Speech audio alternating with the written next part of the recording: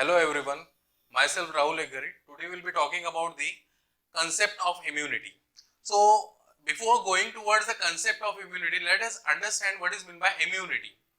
Immunity is a branch of biology that deals with the study of health and diseases, or it deals with the study of defense mechanism of the body.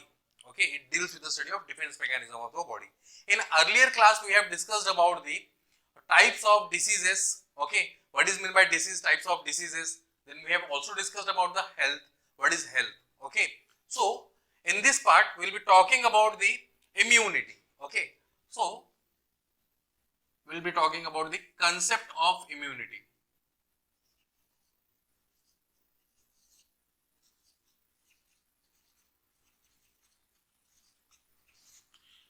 Okay, so basically immunity means what? It is nothing but a defense mechanism. Okay, it is the defense mechanism. Mechanism of what? Mechanism of body. Okay, so see, it is a defense mechanism of the body to fight against various pathogenic diseases. So to understand the concept of immunity, we have to understand certain terms. And which are those terms? Let's write those terms and then we'll understand the concept of immunity. Okay, so the term that is here is the antigen. Okay, this antigen, it is abbreviated as AG. Then we have antibodies.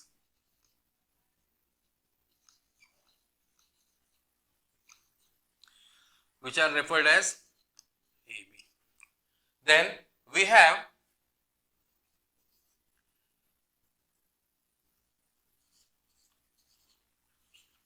phagosomes. Okay.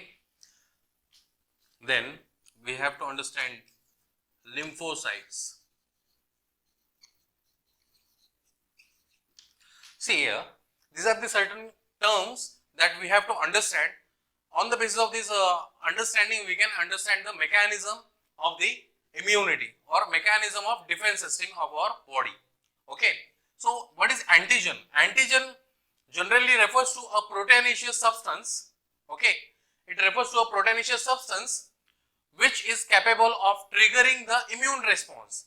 Triggering the immune response in the sense, it is responsible for causing any kind of disease, and when the disease is caused within the body, there will be occurrence of a immune response. A response will be generated by our body. Okay. Now, these antigens can be the foreign substances, that can be the bacteria, that can be the viruses, it can be the protozoans also, which can cause the diseases. Okay. So these are antigen, and in response to this antigen, our body synthesizes certain substances which will bind to the antigen with a particular site or the specific site. These particles which are synthesized by our body are called antibodies. Okay, and which are abbreviated as AB. Now phagosomes. Phagosomes, they are basically the cell types. Okay, these cells help in the cell eating. Okay, that is called phagocytosis. Then lymphocytes, it contributes the different types of lymphatic cells which are acting as the immune cells. Okay, and which also contributes the organs of immune system. So to understand the concept of immunity, we have to understand certain theories related to the immunity. So the immunity, okay, or the branch which is dealing with the study of immunity is called as the immunology. Okay, study of immunity is called immunology. And a scientist called Edward Jenner, okay, generally called E. Jenner, is considered as father of immunology. Okay, E. Jenner is considered as father of immunology. And why he is considered as father of immunology? Because this scientist was the one who has discovered the first time vaccine. Okay, so in early years there was a disease called cowpox. The disease was supposed to infect the cattle, and this disease was transferred from cattle to the milkmen who used to draw the milk from the cow, right? So the disease which was been seen in the humans was not the cowpox, it was the smallpox. So what this scientist has done, he has selected a person, or he selected a girl which was a neighbor to his house, and what he has done, that he has injected the cowpox virus into the body of that, smallpox virus into the body of that baby. After a few days, he found that this smallpox was showing certain symptoms, and as the symptoms were seen, this symptomatic effect were lethal actually. So what he did, he studied both the strains, that is cowpox as well as the smallpox, and he injected the cowpox containing virus into the smallpox, and he found that it was capable of curing that smallpox disease. So this was the discovery of first vaccine. So what the vaccines are also called as a live or attenuated form of the same type of pathogen. Okay, that is called vaccine. So he was the one who has discovered the first vaccine, and is also known as the father of immunology. Okay, now let's discuss about the concept of immunity. Okay, what it includes. Okay, so concept of immunity includes the types. Okay, here we'll be discussing about the types of immunity. Okay, here we'll be discussing the types of immunity. So immunity is generally divided into two main parts, that is the immunity which is developed by birth, and the immunity which is been developed, or which has been developed throughout the life, which is called as acquired type of immunity. Okay, so here we have two main classes of the immunity. We will draw a flow chart, and after that we will discuss about each point. Okay, so here immunity.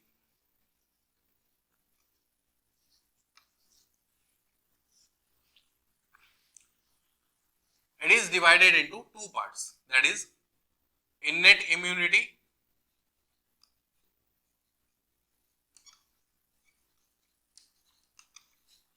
and acquired immunity. Acquired immunity. So what is meant by innate immunity? Innate immunity is the immunity which is present in the body of an organism by birth. Okay, so we can write it is the immunity by birth. Now as it is by birth, it is unable to detect a specific type of disease, right? Because it is new kind of immunity which is developed in the new offspring, okay, or the newborn baby. So that means it is unable to recognize the bacterial disease or the viral disease or the protozoal disease. Okay, so it can be referred as the non-specific, okay, non-specific type of immunity. Then it is inheritable. Inheritable means some diseases, okay, or some immunity, it is been transferred from parents to offspring. Okay, means by birth if they have some immunity, that means it has been transferred from the parents, so it is called as inheritable.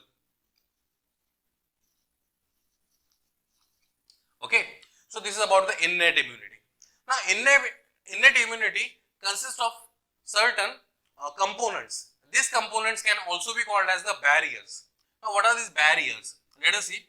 There are basically 4 different types of barrier present within the innate immunity. And which are those? These are the physiological barriers. Okay, we can write here. We have 4 different types of barriers here.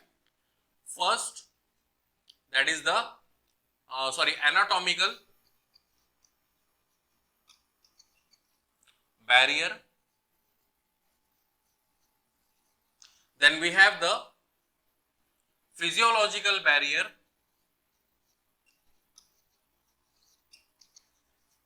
Physiological barrier. Then we have the phagocytic barrier.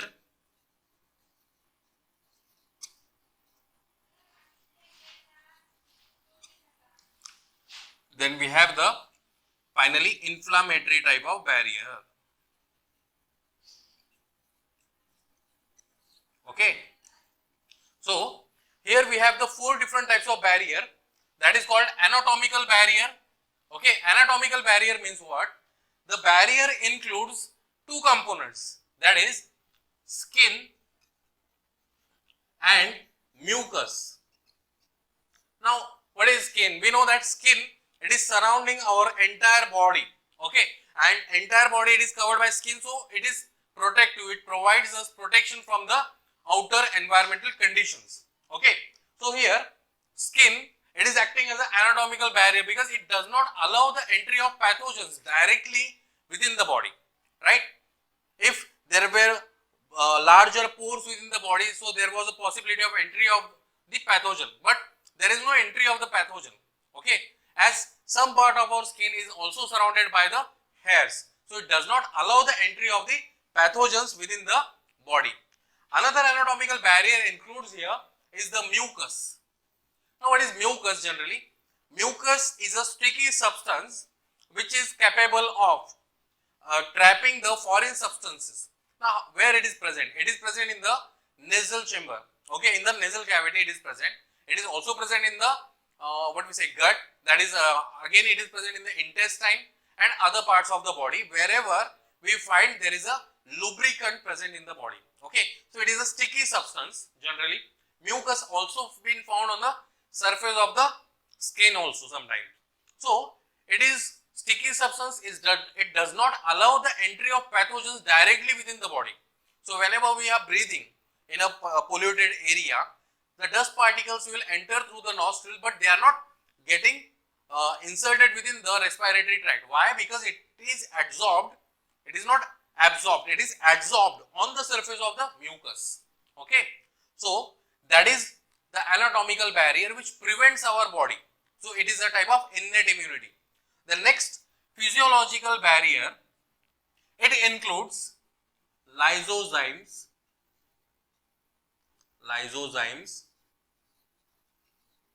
Then it includes the gastric juices,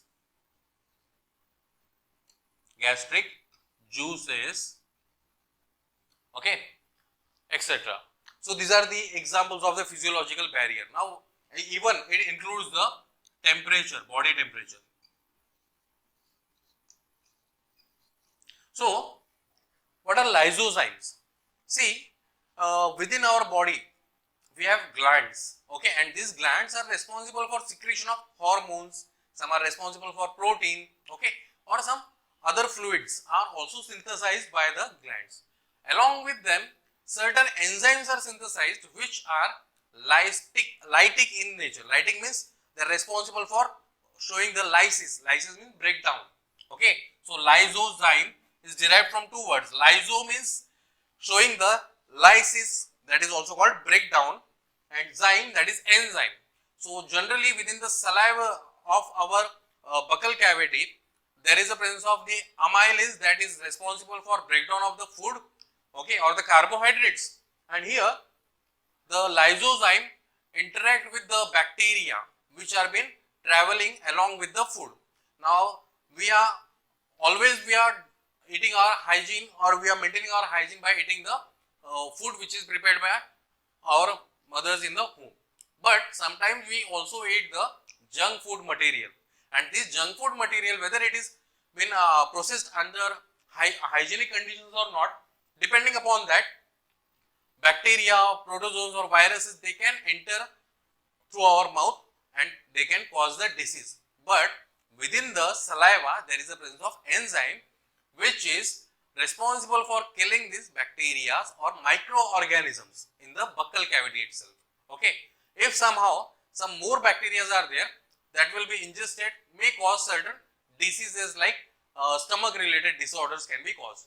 Now here the lysozymes, they will kill the bacteria generally. Now gastric juices, the gastric juices which are secreted, okay, where these are secreted by the pancreas. Okay, because in the pancreas we have two different types of parts. One part which is responsible for secreting the gastric juices and another part which is responsible for secreting hormone called insulin and glucagon. Okay, so here the gastric juices, they are responsible for breakdown of the various different types of food material, as well as if any pathogen is been entered, this gastric juices, okay, will digest. Okay, sorry, one change is there. Gastric juices includes the juice which is secreted within the stomach, not in the pancreas. Okay, so this juice is secreted within the stomach, that is called hydrochloric acid, basically of pH 2 to 3, and which is highly acidic and destructible for even metals. Means if it digests any metal, then also been destructed. Okay, with this pH. Now these gastric juices are responsible for killing the bacteria, okay, within the stomach or even viruses. Now body temperature. How body temperature acts as a physiological barrier. Okay, as we can see, if we are infected with some disease or any kind of bacteria or viruses, there will be occurrence of disease, right? That is, will feel dizziness, will have nausea or vomiting type of feeling. Sometimes we will have headache. Sometimes we will have fever also. Fever means what? There will be rise in a body temperature. Okay, why there is a rise in body temperature? Because the pathogens which are entered within the body, okay, they are responsible for triggering the immune response, and if our immune system is quite weak, then we will prone to the disease. Okay, we will suffer from the disease, and during that time some cells of immune system will help in rising the body temperature. So they will make the unfavorable environment, okay, for the bacteria or the microorganism which is causing disease within the body. So we see that when we are having a fever, there will be sweating, excess of sweating. That means due to excess of body heat, rise in body heat, the sweating will be released. Okay, and after that we feel normal. Why? Because that temperature was not sustainable for the pathogens. Okay, so in this way, physiological barrier, in the physiological barrier we can see the body temperature. Then the phagocytic barrier. What do you mean by phagocytic? Phagocytic means it is related with the term called phagocytosis. See, in the beginning also we have discussed about the terms phagosome. So these are the cells. It is a process which is related to cells called phagosomes. Okay, so whenever any foreign substance is entered within the body, it can be the pathogen. Okay, and this pathogen come in contact with the immune cells. Suppose this is the pathogen. Let's assume this is the pathogen. Okay, and this pathogen is supposed to enter within the cell. So it is our normal cell. It is supposed to, okay, this virus is supposed, or a pathogen is supposed to enter within the cell. Now this cell will allow the entry of the pathogen. Okay, after its entry within our body or the cell, okay, our cell will release certain enzymes, and these enzymes are responsible for degrading this pathogen. Okay, that is called cell eating. So they engulf the cell, and this process is called as the phagocytosis. Okay, this process is called as phagocytosis, and this phagocytosis is performed by the special category of the cells called the monocytes,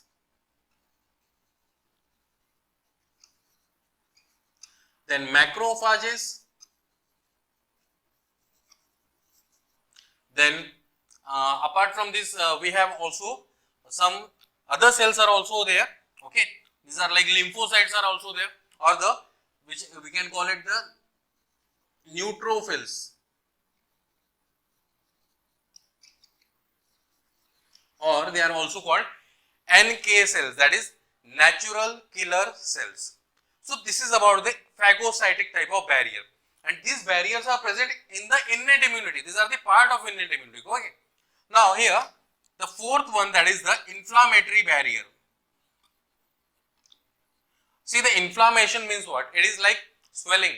If any part of our body is injured, okay, or been bitten by any kind of insect or the fly, in that region we can see there is a slight swelling is there. Suppose a honey bee bites or processes our body, that means there will be swelling in that part, okay, and that swelling is due to the inflammatory response created by the body. Inflammation means swelling. In Marathi we call it सूजने, okay. So that inflammatory response. Now it can be developed in that part wherever it is affected, okay. So these are the parts of the innate immunity. Are you getting what I am saying? I hope you are getting this. The next, another type of immunity is the acquired immunity. Let's see the components of that acquired immunity. You can pause the video and note down this, okay.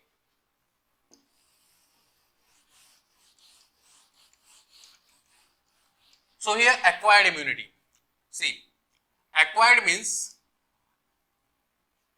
acquired immunity.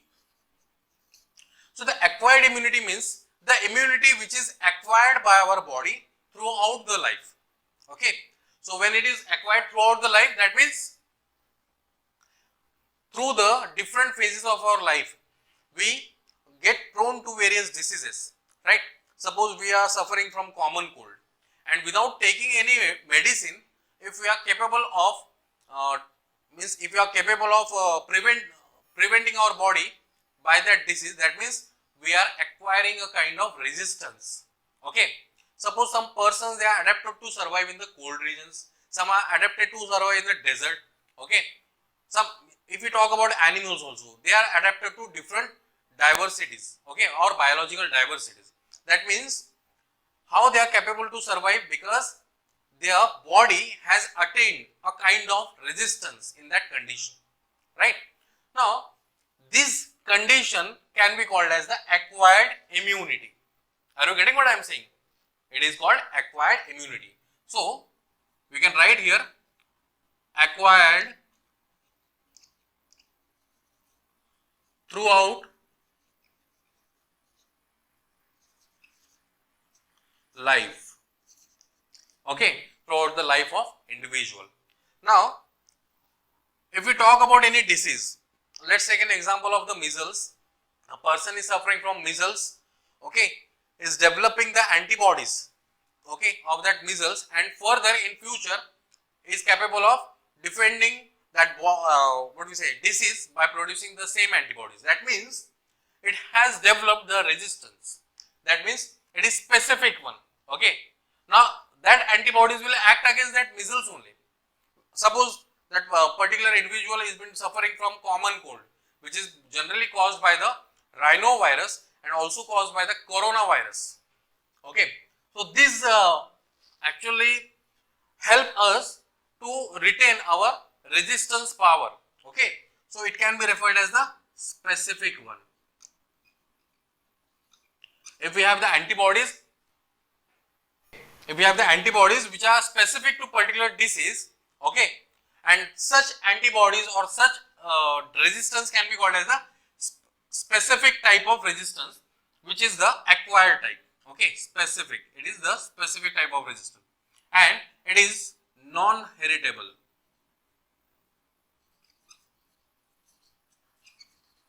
Means it is not inherited from the parents to the offspring, okay.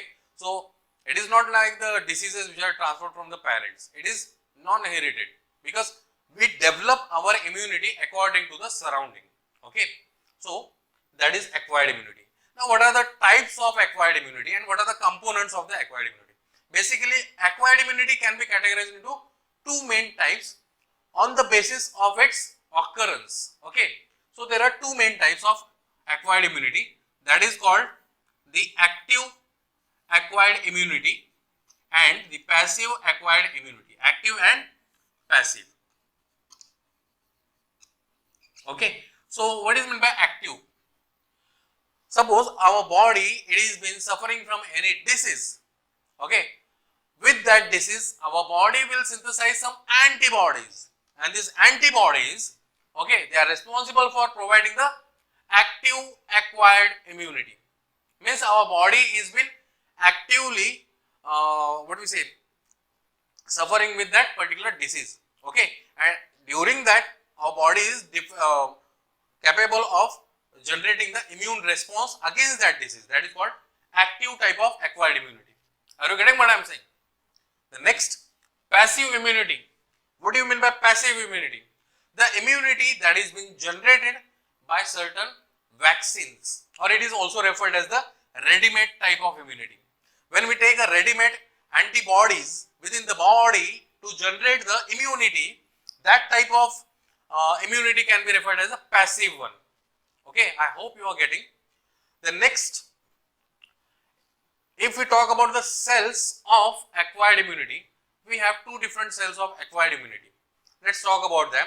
Okay, these are the two components or the two types. Now let's talk about the cells. Here we have two cells. I'll rub this.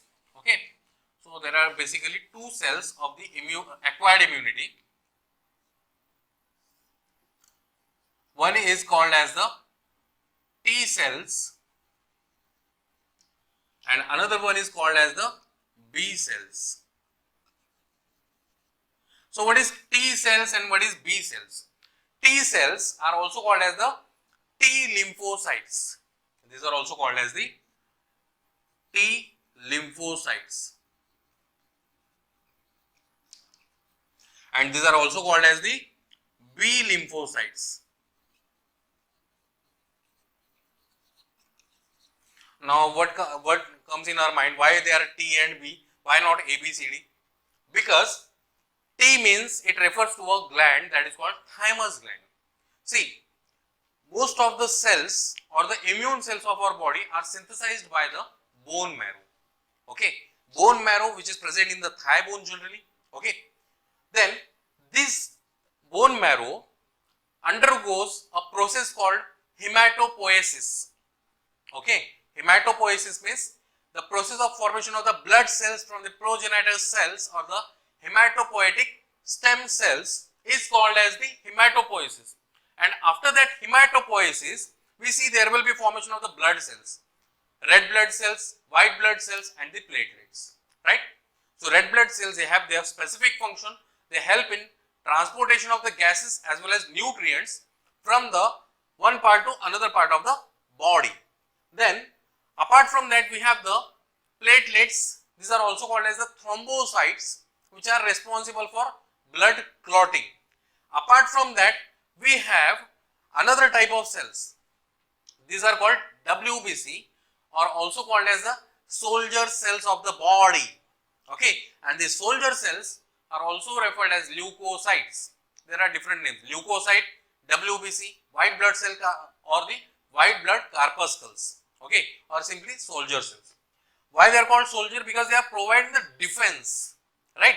Soldiers, they are associated with the defense. So here the defensive cells are called the leukocytes. These leukocytes are further divided into two types. Okay, that is, one is called granulocyte and another one is called agranulocyte. During the last chapter, during the tissue, we have discussed about the blood, that is the fluid connective tissue. In that fluid connective tissue, we have discussed about the agranulocytes and what are granulocytes. Okay, so in those part, we see there will be presence of the lymphocytes. Okay, and those lymphocytes which are produced are basically produced by the bone marrow only. Okay, so these lymphocytes, why they are called T and B? Because the lymphocytes which are produced by the bone marrow, they will mature under thymus gland. Under thymus gland. So they are referred as the T lymphocyte. T for thymus. Are you getting what I am saying? The next, why B? The production of the B lymphocyte takes place, okay, within the bone marrow, and they will mature within the bone marrow only. Okay, so they are referred as the B lymphocytes. Okay, so here T lymphocytes, they are responsible for recognizing the diseases or the disease causing agent within the body, and they have different types. I will explain you how this T helper cell help us to recognize a disease. So T cells, okay, are of 4 different types. That is T helper, then T killer, then we have T suppressor, and finally we have T memory. Okay, so these are the different cells of T lymphocytes or the T cells. T helper cell, as the name indicates, they are helper. What they do? They first of all recognize the pathogen as pathogen is been entered. Now the pathogen may be in the form of protein, it may be in the form of lipopolysaccharides. Okay, if we talk about the bacteria, generally bacteria, their cell wall, it is composed of glycoproteins or the lipopolysaccharides, and suppose these are the epitopes present on their cell wall. Okay, and these epitopes, they are the proteinaceous substance. Okay, so when the pathogen enters our body, it releases this epitope. Okay, it releases the epitope, and assume it is a cell, animal cell. Okay, within the animal cell, there are the cell or their secretions called the antibodies. The antibodies are generally Y-shaped. Okay, and when this epitope comes and bind to this Y-shaped structure, okay, they will form antibody or antigen antibody complex. This part which is present on the Y-shaped structure of antibody is called paratope, and these regions which are going to bind onto the paratope are called epitope. So this binding, it is recognized by the T helper cell, and this information will be passed to the T killer cell. Now what is the function of T killer cell? Name itself indicates, killer means it will kill. Okay, it will go and kill that foreign substance. Okay, it will destroy it. It will destroy this foreign substance. But sometimes these T killer cells are also responsible for destroying our own cells. In that condition, the T suppressor cells will be released, which will suppress the activity of T killer cells, and this T killer cell will be stopped. And all this activity is stored in the T memory cells. See, so what? If it is also been seen, some of the diseases which are occurred within the body will not occur once again. Means some fatal diseases are there. Okay, like jaundice is there, which is also referred as pelia. Okay, or the bile disorder. Okay, so that is will occur once only. It is said. Why it is? It is due to the memory cells, because these memory cells will store the antibodies which are generated during that infection. So if our body is supposed to have that infection again, then it will defend, okay, against that infection. So this is about the T memory cell or the T cells. Okay, I hope you are getting this information. Okay, then next we will see about the B cells. B cells are generally the cells, okay, which are responsible for developing the antibodies, okay, or they are referred as the, they also synthesizes the immunoglobulins.